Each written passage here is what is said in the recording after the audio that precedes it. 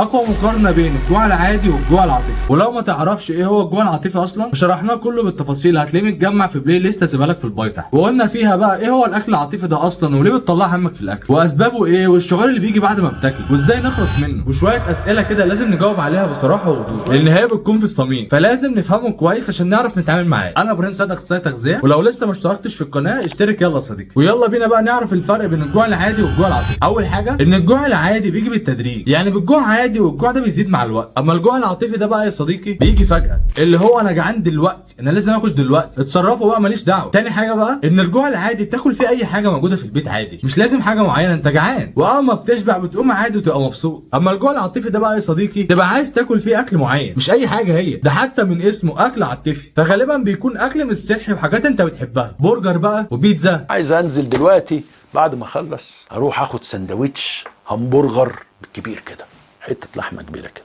ايوه خش عليا بالحاجات الحلوه دي، انت فاهم بقى، والحاجات اللي غرقانه في الشوكولاته دي. بس قول لي يا صديقي، هو انت عملت لايك ولا لسه؟ يلا يا صديقي انا مستنيك اهو.